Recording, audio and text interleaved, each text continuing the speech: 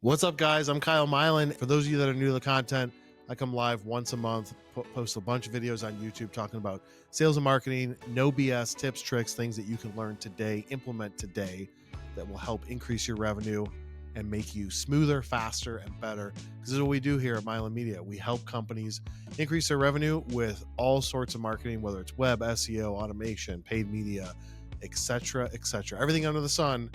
We're here to deliver content for you that you can apply today. Today's all about HubSpot. We are a platinum level, almost at diamond. Should hit that by the end of the year. Platinum level partner, which means we know a lot of stuff about it. We've got numerous clients in it. We've sold numerous licenses. There isn't much that we don't know about what HubSpot can do. And for those of you that are in the CRM systems out there, you know, especially with HubSpot, things are changing every single month. New features, new updates, and they're constantly moving menu systems where stuff is located. But they're just doing it to try and improve and bring you guys the best platforms out there. Comparing HubSpot to all of the other marketing stacks, I was pushing against HubSpot for the longest time. I hated the system. I thought it was stupid. And then about 3-4 years ago, they made some drastic improvements and updated the look, the feel, the interaction. Can it do everything that we want? Is it our sole platform that we use ourselves? No, it's not. We have other systems that we add on top of it to make things even better. But out of all the CRMs out there, especially with their change in pricing structure earlier this year, HubSpot is the best bang for your buck. You can do everything that you need. Start out small and get bigger from there as your team continues to expand or as your budget continues to expand with your marketing tech stack. HubSpot's there to be able to add on different platforms. It really is the best out there. And we use every system. We've got clients in Microsoft Dynamics 365, Zoho, Apollo, Sugar, Pipedrive, like everything out there we're using for our clients. And then about half to maybe 60% of our clients are HubSpot users, and we're in there managing their stuff. So we've got our hands in a lot of different systems, and some systems are better in some areas where HubSpot may lack. And we just use those systems as auxiliary or bolt-on third-party platforms to make the system, the marketing machine, do what it needs to do. But specifically today, if you guys are HubSpot users, you're going to see some familiar stuff. If you're not HubSpot users, you're going to learn some things in the most underutilized areas of HubSpot and the stuff that we deal with every single day. I lead up most of the training here at Milan Media, where we're training our clients on how to use it, implementing systems, workflows, structures, automations, custom fields, everything in between. And I'm just here to give you a couple of tips. So where I want to focus my attention on initially, and this is something that so many companies don't customize, is going to be when you go to your deals, it's going to look like this. And I've got some dummy deals in here. But where most people, number one, you can hide your metrics by clicking that. But what most people don't optimize or customize is their pipeline stages. And this is stuff that once you make changes to it, it's not like you can't go back and change it. But I'm going to show you some key changes to make. So number one, you can go to it just by clicking on, I'm going to open up in a new tab, go to your settings, go under objects, and you'll see deals. And right here, you're going to see pipelines. And in the pipelines, you can have multiple pipelines. Number one is the key, is that you can set up pipelines for a specific plant location. You can set up pipelines for a specific product or a division of your company. You can have multiple pipelines in here. Right now, by default, there's two because we are a HubSpot partner. The shared pipeline got in there. But you can create a pipeline right here, something brand new, and then only give people access to that pipeline. But if you look at the main sales pipeline, which is by default, you've got all of your different stage names here. All of these things can be changed. So if you're like, hey, you know what? Appointment scheduled, that's not a good one. Qualified to buy, that's not a good one. You can say that this is maybe qualification. Maybe this is RFQ or RFP, depending on what business you have. So you can change the stages and you can even move the stages. The probability percentage is stupid. It basically says that if you move to these stages, your probability of closing the deal increases. Realistically, we all know that once you send somebody pricing, it's not like that makes it 90% likely to close. This is more of a SaaS feature of theirs, where with SaaS companies, maybe it is more true once you get to a certain stage. But in general, you send somebody pricing, you probably got a 50% chance. So you can change those here. But what I want to focus on is ordering these in what you guys actually do. Because if you don't, as you're trying to get your salespeople, let me refresh my screen. As you're trying to get your salespeople to create a deal and move them through these different stages of the pipeline, as this test deal moves through, which you can drag and drop, they're not going to use it if the stages aren't correct. So the first step is look at your stages. You want to make it as simplistic as possible. You don't want to have 50 stages. You want to have some sort of qualification or some and I'm going to show you why we don't do appointment schedule anymore. But you're going to want to have some sort of qualification stage. Let's delete that. Oh, I can't because there's already three deals in there. But you're going to have a qualification step. Then it's going to be like, once it's qualified or once it's about to be qualified, is there a step after that? Is there decision maker buy-in? Is there just straight to an RFQ? After you have a request for quote, request for pricing, then you should have something. Let's say we move this here. You should have something that says pricing sent or RFQ sent. Like there should be something there to say, okay, it's moved from the quoting stage to the RFQ sent. And while you're thinking about the different stages, understand that at every stage, it's just a classification of the stage that deal's in that you can then use automation for after it's done. So for example, when you move from an RFQ to pricing sent, all deals have different stages and all deals have different properties. So if we look at this test one, the close date by default, the close date is typically 30 days from when you create it, but we want to usually set that to be like 60 days, which is a super easy change. But maybe I want a custom property in here where I say the date that it was sent, the RFQ was sent on. Now, these close dates you can change and you can go in here and set them to be in the future, and you can customize how it's done. Let's say this deal is going to close end of next month. When I move it to the RFQ stage or pricing sent, when I move it to that stage, I want that sent date, quote sent date, pricing sent date to be auto-populated into a field that says proposal sent, if that's important to you. So that's where you have to look at this and say, okay, a deal, an opportunity, however, whatever you want to call it, what other custom properties do I want included on that deal, so that way I can take some sort of action or I can use it in a report. And people are typically just like, oh, well, we're just going to go by the defaults and whatever it has. But the deal and the pipeline stages is so important. So let's just say, for argument's sake, that when I move this to pricing sent, so it's in RFQ, I move to pricing sent, I want a field to auto update. Well, you could do that with a workflow super easily, but first you got to create the field. So we're going to go in here and we're going to say, this is the deal. And we can look at all properties and let's just see if a sent property is set. So I'm going to say sent, and it's a date entered. So you've got the date entered, date exited, but I don't want that type of field because that just is weird. I just want a proposal sent field. So I'm gonna be like, you know what? It's not in here. So let's go in. I'm gonna show you quickly how to do custom properties. So you just go in here, you go to properties, the first tab, it's going to show you select an object. We don't want to be in contact properties. We want to be in deal properties. So you go to deal properties. I'm going to create a new one and I'm going to say RFQ sent. The type, it's going to be in the deal. The group is going to be in dealer information. But what's the field type? The field type is going to be a date. And it's going to just show the date. We don't need date and time. And we're going to create this. Okay, cool. The deal, the property is now created. And this is stuff that we do all the time with our clients, where we go through a process of discovery, looking at what are the different stages of your pipeline, what are the different things that are important to you, or what are things that we think should be important to you, and we're going to create all of these custom properties. Usually we try and do it all in one fell swoop and say, here's 50 properties, 100 properties we have to create. But a lot of times it's like we're in the middle of it, and you know what? We want to have a property for that. Okay, cool. Let's just create it.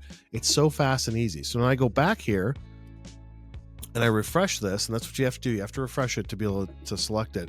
I'm like, okay, I have that property, or I have that new property of RFQ sent date, but I don't see it here. How do I see it? Another little side tip. You just go in here and you hit the gear icon. You're going to edit the default card. So from here, by default, deal owner, last contact, etc. But I want to add a property, and I'm going to say RFQ sent. See, it's right here. RFQ sent, and I'm going to move that up. So I got the deal owner and I got the last contacted. I'm going to move that up. I'm going to hit save and exit. Super easy. I mean, this is how fast you can do these things to customize it. So RFQ sent date. So when it moves into it, I'm not going to build a workflow because that's a completely different area. But when I move into that field, that stage of the pipeline, when I move the deal into that stage, I want it to auto-populate that date. So all you do is have a workflow that says when a deal enters this stage, what happens. You're going to edit the property, and you're going to say what do you want to edit it to, date, enter the stage, match it up, good to go. So you can have some quick information here. Or if you want to not do it through automation, you just want to have people populate it, you can. So I can say 814. Now I can run reports to say, show me all the quotes that were sent last week. That's really where you get into the power of this, by customizing the properties in the pipeline stages and customizing your deals. There's so many things you can do with deals, whether it's attachments, workflows, automate, like so many different things, so many different properties, ways that it's displayed, calculations that we have. We had one client that was calculating things. They didn't care about the dollar amount, but they cared about a different property of tons and hauls and things like that, because they were in environmental services. And so we created a calculation that says this dollar amount times this many hauls equals this amount for the deal, and then auto populate the deal amount. And then we had reports that were showing how many hauls per week, how many tons of stuff were they moving per week, etc. All that stuff is customizable, but it's got to start with the original pipeline settings. So customize your pipeline, different stages, call it whatever you want it to be. This is in the wrong pipeline. So as we look back to it, so we got appointment scheduled, qualification, decision maker bought in. Maybe just call this qualified. And so you're going into the qualification stage, and then from there, your salespeople are like, okay, this person's qualified, I'm going to move them to that next stage. Then from there, once they're qualified, hey, do they ask for pricing? And maybe your qualification stage is them asking for pricing. So you know what? You're like, you know what? I don't need this. Delete, save, done. Doesn't really change anything. It doesn't affect anything. People are super concerned about it. The only time you can't delete something is because it's already got people in that stage. So because it has deals in that stage, this has 1, this has 2, you can't delete that stage because it's like, where are these people going to go? Customize the stage names, and then customize the fields within it, so that way you can take further action later. Whether it is automation or reporting, those are the 2 biggest things that you want to do. So that's an area that is completely underutilized. Even if people say, yep, Kyle, I've customized my stage names, we've got that set. It's like, what other things can you do with it? Let me show you something else. Some people use the field, go back to the deals, and it's going to be like a priority field. And by default, I think that it's right here. Maybe it's not. Oh, on this one it's not in here. But usually people use a priority level, and they say like low, medium, high, or normal, hot, etc. You can customize what that means to you, and you can customize or just create a new property for it if you want, and then take action from it. So an area that's super underutilized is pipeline management. Let's just say I've got 100 deals in this pipeline, and they're split up between RFQ, pricing sent, and then maybe let's add in another field here that says ghosted. So add a stage, ghosted, or we'll call it stalled. Stalled, and we're going to say if it's stalled, it's dropping down to 30%. And we're going to move that between here and there, between you've sent it and now it's stalled. So this way your salespeople can say, look, it was sent, but I'm not seeing any activity. They haven't responded back to me. So it's in the pricing sent stage, but then from there, it gets moved into stalled. So you've got all these deals in all these different areas. From a pipeline management standpoint, once it reaches a certain trigger, this is when you want to allow marketing automation to take over. So if I've got deals in all these different stages, I can say, what are the rules with this? Rule number 1 is the pricing was sent. There's no activity in, let's say, the past 2 weeks. And maybe the client says, you know what, make it 7 days. If we've sent pricing and we don't hear back from them in 7 days, there's nothing scheduled, then we want to make sure that there's some sort of follow-up. But your salespeople are busy, and where they're best spent their time is on the phone or in front of customers trying to close them. So they shouldn't be burdened with like, oh, look at all these deals that are in the proposal sent, all these deals that are in the stage or stalled, etc. Allow it to come back to marketing to allow automation to take over. So it could be as simple as if I quoted Laura something, and then I reach out and says, hey, Laura, here's your pricing. It's been 4 days. She hasn't responded. Hey, Laura, I wanted to follow up and see, did you take a look at my proposal? Then from there, 7 days of no activity, it goes into a workflow, and she gets an automated email from me. and it's just through a sales sequence. It says, hey, Laura, it's been 7 days. It's been this much time. I just want to check in to see if this project was still on your radar or not. And that's where the automation of the marketing side takes over for the salespeople. So you got 5-10 deals in your pipeline, not a big deal. Your salespeople should be able to keep up with it.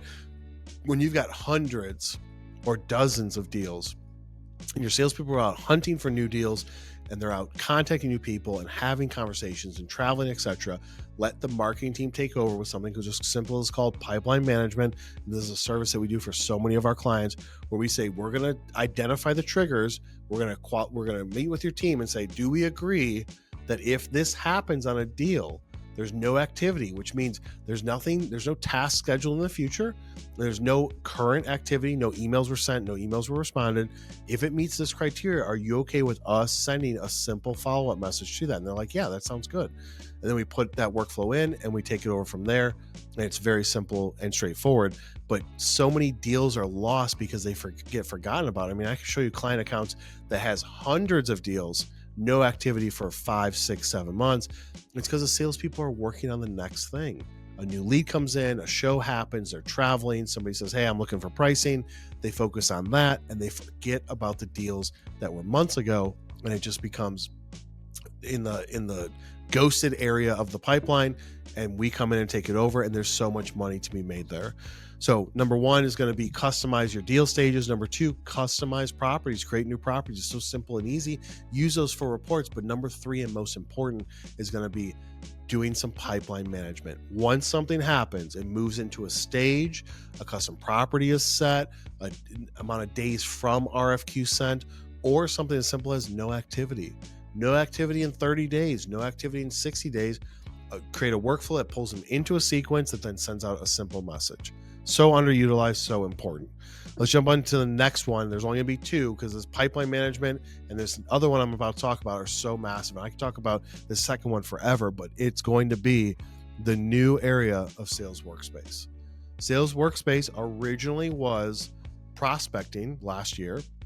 Then in the end of last year, they came out and said, hey, you know what? We're going to call it Sales Workspace. And even still, in the last 3 months, they've added this new one, which is under CRM called Leads, which is just a part of Sales Workspace. But let's jump into it. Sales Workspace, this is where your sales team should be living and breathing every single day. It's so important. This is where I am every single day in our HubSpot.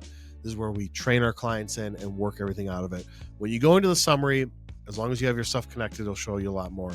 You got your tasks for the day. And this is just a summary high level of the corresponding tabs that we're going to go through.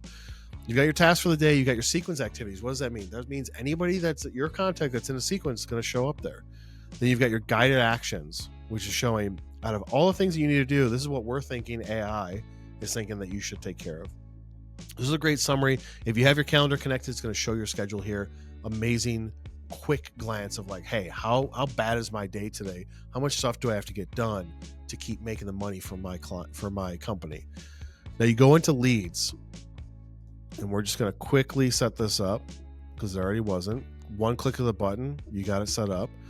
So under leads, I want you to think of leads as an object. So if I go into a contact record, I'm going to go into my own record, Kyle at rugsucker.com, at the Rugsucker company. I love using this. I'm the janitor at Rugsucker. Okay. And on the right-hand side, you'll see this leads. It's just an object. So a lead is not a contact record. It's just an object on top of a contact record. I'm going to say, you know what? I'm going to add this person as a lead. And this is going to be, let's say I came through chat. And all of these features, all of these different areas, stages, types, all that stuff, 100% customizable and can be done 100% through automation. The lead label, hot, warm, cold, I'm going to say it's warm because he came through chat. The pipeline is going to be the lead pipeline. I only want one for the sake of this. And the stage is new. So I'm going to create the lead. So think of this as a form submission. Somebody comes through chat. You get somebody from a trade show. You get a list of people. You add them in. The contact records are added. And then once a contact record is added, because you have an email address, then a lead object gets added to it. So I go back in, I'm going to refresh, and there it is. There's my lead. So Kyle came through chat from Rugsucker, and it's a lead. Now, as a salesperson, these leads are going to come in, they're open, and your goal is to close out the leads as fast as possible. You want to convert these to deals. So as I look at it, what's cool about it is it gives me high level, the columns that you can customize, what's going on. So I know that the company is Rugsucker, and let's say I want to edit this and move these over. I want to know the company after the type, and I want to know the last activity after the company. I'm going to save that. So the company, so you got the lead name, which you can call it anything. You can call it the first name, last name, the company. You can say it came through chat, it came through a form submission. You can call it a trade show, whatever you want it to do. Remember, a lead is an object within HubSpot that's added on top of a contact record. The lead type is new business. What if you're like, you know what? These are generic terms, new business, upselling, reattempting. Go in and customize it. Go into your properties. This is where everything lives. Hit that gear icon, go under your object, go under leads. Oh, I'm sorry. Go under properties first, then go under leads. And under these lead properties, what do we want to change? We want to change the lead type. So we type in type. So fast and easy. It's a drop-down select. What do I want to do? Let's click on it. I'm going to go to the field type, and it says new business, upsell, reattempting. Those aren't applicable to me. I'm not upselling to anybody because I own a consulting business, or I own a manufacturing company, or I own some e-com stuff. I'm not upselling. So we're going to say new business. Let's say current customer. Current customer. Actually, let's go like this. Let's delete this upsell. Let's add a new one so that way we get the internal name correct. Current customer. And then let's add another option that says new business, reattempting, current customer, trade show. Let's make it one word. Trade show. So I'm going to save this. I'm going to go back here and refresh. I'm going to say this guy came through chat, but it's from a trade show. Bam, done. Save it. All this stuff is done with inline editing. So we know what the lead type is. So I could sort by this. I could filter by this. I could do lots of things. I can then go into reports and say, hey, show me leads that came from this and that. So it's a different way of looking at this. What you have to think of is that previous to the sales workspace and the lead object, a contact will come in and you have a lifecycle stage or a lead status stage, and it's new lifecycle, new lead stage, or the lifecycle is lead and the status is new.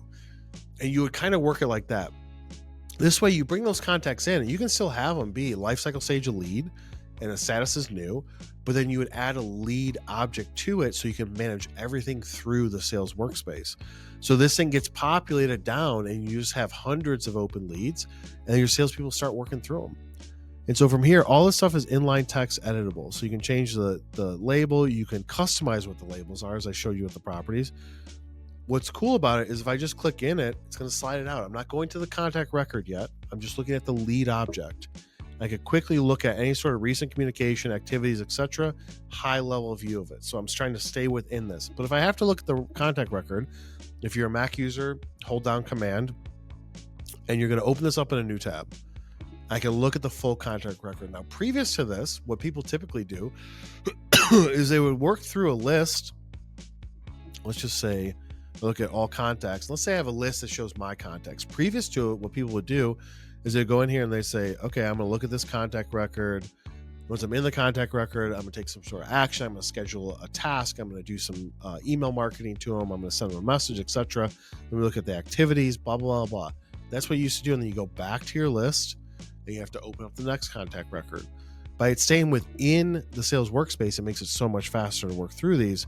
And what's cool about it is that if I send this person an email, it will automatically move the stage to attempting by default.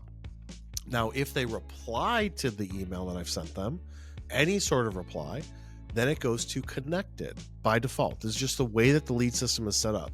And you can customize the different criteria that you want, but that's a great way to automatically work people through stages. So then when I come in here, I could say, show me everybody with the stage of new. Show me everybody with the stage of attempting. Who do I still need to follow up with? And you kind of organize your day. What's also cool is that you can quickly schedule your next step. A lead, a deal that doesn't have a next activity scheduled to it will get forgotten about. So I can be like, you know what? Let me make sure that I call him. It's going to be due today. I'm going to go in here. I'm going to edit it. And you can do it the long way or not.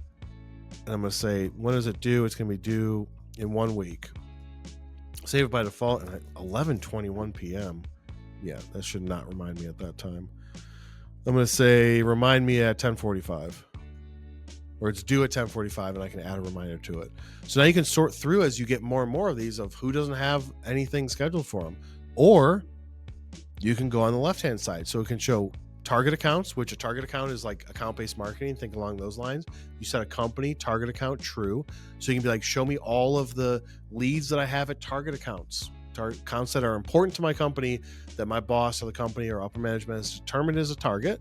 I only want to see leads from those people. And then I go into my open leads. I can look at leads that have recent activity. Activity is going to be any sort of sales activity. I want my leads to be flowing through a sequence so that way I don't have to manually do everything. You can say, oh, look, I got this one person that's not in a sequence and I want to enroll them in one, right? You can do it through that. But this way of managing leads is completely different than how people were previously doing it at HubSpot. Previously, people were doing it through custom lists and then through contact segmentation and filters. You'd be like, hey, I want to go look at these people. I want to look at this list, etc. With the sales workspace, it takes care of all of your leads. And keep in mind, because it's a contact record, you can add multiple leads to it, but it's just an object here. One thing that we typically do is once a deal goes, or once a lead gets qualified, we set up a workflow that says, if it's qualified, now create a deal from it. And the deal name is going to be the company name, the date, whatever you want it to be. But now I'm going to automatically create a deal that says this person is qualified as a lead. Now I'm going to make it a deal or an opportunity. And then from there, I'm going to work it through those different pipeline stages. So no different than when you look at your deal stages here, your pipeline for leads has different stages. So you've got your deal stages, which we've already customized, but then you've got your different lead stages: new, attempting, connected, qualified, disqualified. Again, you can customize these stages. You can call it whatever you want.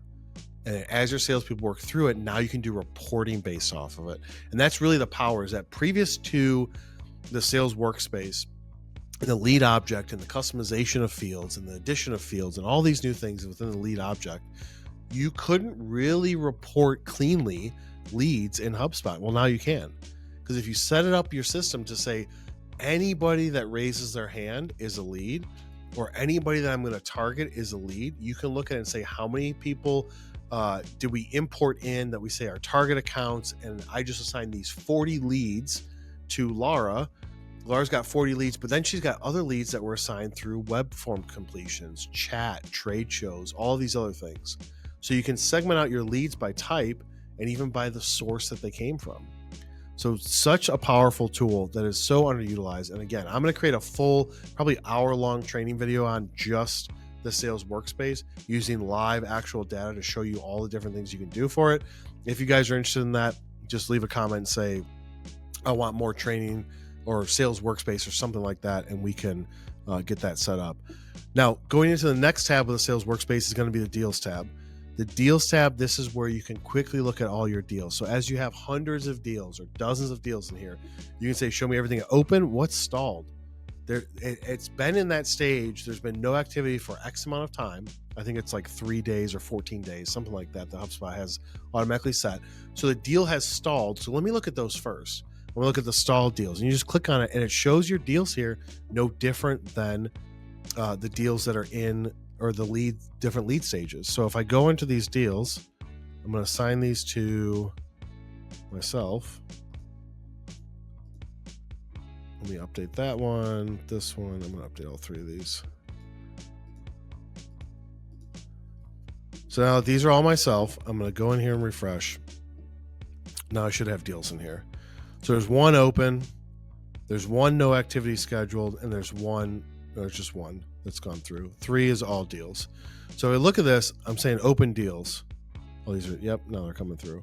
So you've got the key factors, and this is HubSpot's AI that's showing you, based on these things, we're given a likelihood to close scale of 41. Because it's been in current stage for 222 days, which is insane. It was created more than almost 3 years ago. All this information comes in and the AI is like, I think that there's a low likelihood for this to close. But as it moves through the stages, as there's more emails, as there's more activity, then that likelihood increases. You got your next meeting date. Hey, there's no activity here, man. If I'm the sales manager, I'm looking at all of these no activity scheduled. And I'm going to my sales team. I'm like, you got 46 deals with no activity scheduled. How can you possibly remember it? Now, maybe I set up a workflow that automatically looks at a deal and says no activity scheduled, automatically create a task to follow up on deal with this information by this date within 5 days, 7 days, etc. You can automate all that stuff so the guys don't have to do it. But go in here and schedule your to-do. What do you have to do? I got to follow up. I got to requote them. I got to see if that project's still alive. All that stuff is customizable through here. Stale close date. This is the number one offender. The date that you think it's going to close is stale. It's old. It's past. It's in the past. Now, some people don't really care about that. I look at it as, by default, HubSpot has a close date, and you should be doing some sort of predictive, like, when do you think this will close? And I know that deals can change all the time. They can get pushed out, but when do you think that it would close? And once it gets to a certain date, just push it out even further. So your team can quickly go in here and say stale close date. And what you can do is you can auto change it. Once you're in the date field, I don't have one in there, but you can auto change it to say, make this in a month. You can look at all your deals, won, lost, etc. But this is a way for you to look at it, and no different than on tasks, the same thing. Any task, you can go in here and manage it, start them, etc. You can look at your schedule once your calendar is connected, and then you can look at your total dashboard. You can create dashboards in here that show your activity. If you're a sales manager, you can show your salespeople activity. But this area, sales workspace, is so underutilized.